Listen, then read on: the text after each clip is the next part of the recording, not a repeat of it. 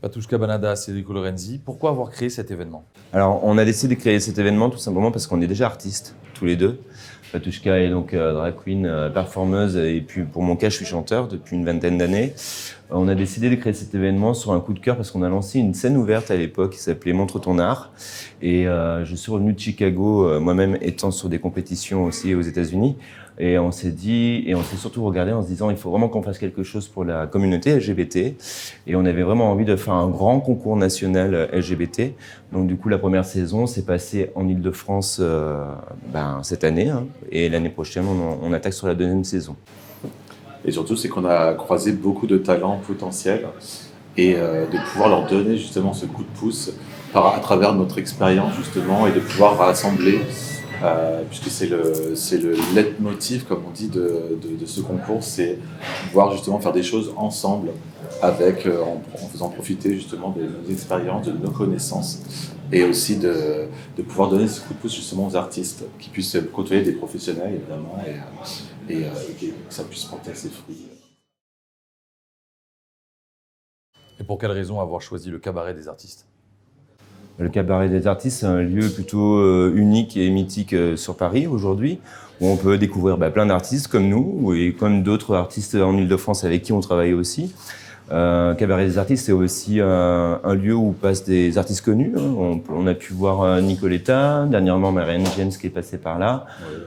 Beaucoup d'autres aussi. Oui, deux artistes emblématiques. On a Framboise, on a Pétunia aussi, qui sont très emblématiques du cabaret des artistes. Et pourquoi avoir choisi le cabaret des artistes? Tout simplement parce que la structure nous permettait de faire un show unique pour passer les sélections et la demi-finale de la première saison. Et surtout, c'est que c'est un lieu qui accueille beaucoup d'événements aussi en dehors du cabaret. Et aussi, c'est aussi de pouvoir profiter aussi d'une belle scène et d'offrir ça justement aux artistes qui peuvent bénéficier d'un bon éclairage, d'un bon son, d'une vraie scène avec des coulisses, des conditions, avec un technicien, etc. Et toute une équipe autour de tout ça. Et nous, justement, de pouvoir... Et je rebondis sur le fait que les artistes qui sont présentés sont forcément des artistes qui commencent ou en début de parcours. On a aussi des artistes semi-pro ou pro. Alors, en fait, ce qui va faire l'originalité de ce concours, c'est aussi que tout se mêle et que tout le monde a sa chance. En fait, le concours est fait de plusieurs étapes. On a une étape de sélection, on a une étape d'interview, on a une étape de battle, on a fait faire des battles au sein du concours, et on a une étape libre dans laquelle ils nous proposent leur art et leur performance. Donc du coup, ça permet à des artistes moins pros d'être complètement inhibés avec d'autres personnes qui vont venir les conseiller et qui évoluent au fur et à mesure du concours. Et à la fin, au final, quand on a vu la finale se produire au mois de mars, c'est génial parce que tout le monde le disait au niveau des loges. Les conseils qu'on a eus, on aurait peut-être pas pu avoir les mêmes conseils si on avait fait un autre concours où là c'est l'abattage et on vient, on fait son casting, on s'en va. Là c'est vraiment un concours. Ils sont en condition, ils sont dans le vif du sujet, comme on dit à l'école de la vie. Un concours humain surtout. Unique, et je pense qu'effectivement c'est la première fois en France où on peut voir un concours comme ça. Talent Capital, en vrai, c'est le mélange entre vous deux, le talent et la liberté. Oui, alors en fait c'est le côté foufou de Patushka Banada et c'est peut-être un peu mon côté aussi un peu plus posé, parce que c'est un peu la réalité, je suis un peu plus posé. Oui, tout à fait. Voilà. C'est emmener en fait de la fantaisie dans quelque chose qui peut paraître sérieux, mais en même temps emmener de la légèreté sur quelque chose effectivement qui est souvent très codifié, très entre guillemets fermé ou peut paraître fermé justement. Et nous on apporte justement ce côté plus humain, résolument plus humain et plus accessible. Oui, et on veut faire en sorte aussi que ce concours résonne comme un concours national, le premier du genre en France.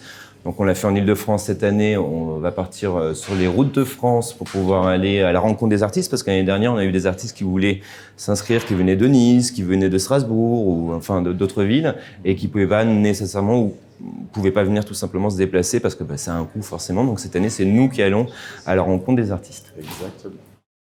Vous êtes le premier concours du genre, ça représente quoi pour vous? C'est parti d'une idée, d'un petit rien. Au final, pas vraiment d'un petit rien, mais surtout d'une grande envie par rapport à des projets communs qu'on avait. Ça représente beaucoup de choses parce que la première saison, on était quand même un peu flippé parce qu'on est quand même parti de pas grand-chose et il fallait quand même relever le challenge, aller jusqu'au bout. Donc tous les jours, on était au téléphone peut-être 8 heures par jour pour pouvoir organiser le concours et on avait des doutes, comme dans tout projet qu'on commence à mener.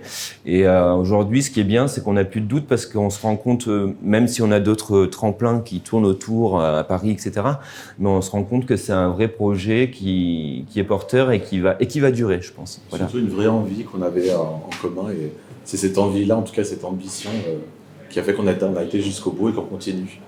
Parce que justement, ça apporte beaucoup de belles choses. C'est pas une route facile, mais en tout cas, on a l'envie, la passion, l'ambition et en tout cas, la passion commune, je pense, c'est surtout de générer, de faire des choses ensemble, avec les gens, rassembler les gens. Il y a ça, et si je peux rebondir sur une chose, c'est que les personnes qui nous ont suivis, donc tous ceux qui ont décidé de donner un coup de pouce au projet.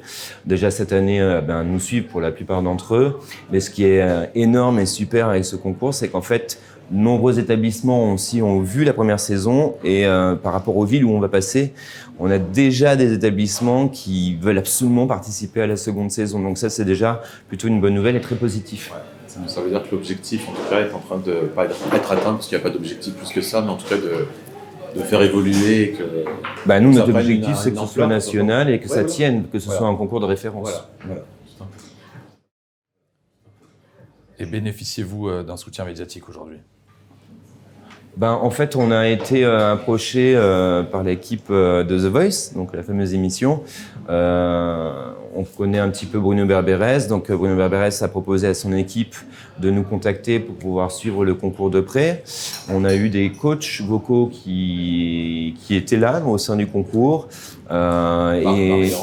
Marc Marian, oui, bon, après, il y a eu aussi David Jean pour la France en épreuve de talent, autre chose. Aussi.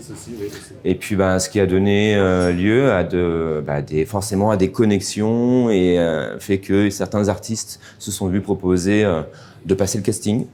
Voilà, donc ce qui est quand même pas négligeable parce qu'aujourd'hui, on a 2-3 personnes qui sont en lice et dans des demi-finales sur les émissions. Ouais. Voilà. Et surtout, c'est qu'on avait aussi en marraine Léona Winter, oui, qui est passée aussi à The Voice. Et c'était en fait une paire de coups, c'est-à-dire qu'elle était sur The Voice, en même temps, on a eu aussi The Voice qui se sont approchés de nous. Et comme elle était dans l'émission, forcément, ça nous fait boule de neige, tout simplement. Et quelles sont vos envies pour le futur ? Clairement, qu'on puisse, on fait ça aussi parce qu'on est artiste et qu'on a envie d'aider les autres, clairement. Aujourd'hui, j'ai un parcours sur lequel on m'a pas mal aidé aussi, mais sur lequel aussi je me suis pas mal débrouillé. Moi, clairement, je suis un enfant de MySpace. Je ne sais pas si vous connaissez MySpace à l'époque, mais je suis un enfant de MySpace et pour le coup, j'ai cravaché pour pouvoir faire mon réseau. Et je me mets aujourd'hui à leur place, donc une certaine empathie. Qui fait qu'aujourd'hui, j'ai envie d'aider les artistes à évoluer et puis à vivre de leur passion. Alors bien évidemment, c'est un grand mot parce que c'est difficile dans le monde actuel et qu'il y a beaucoup de personnes sur le réseau. Mais on l'a fait aussi pour ça, ce concours. Voilà. On vous souhaite bonne chance et un très bel événement. Merci beaucoup. Merci beaucoup.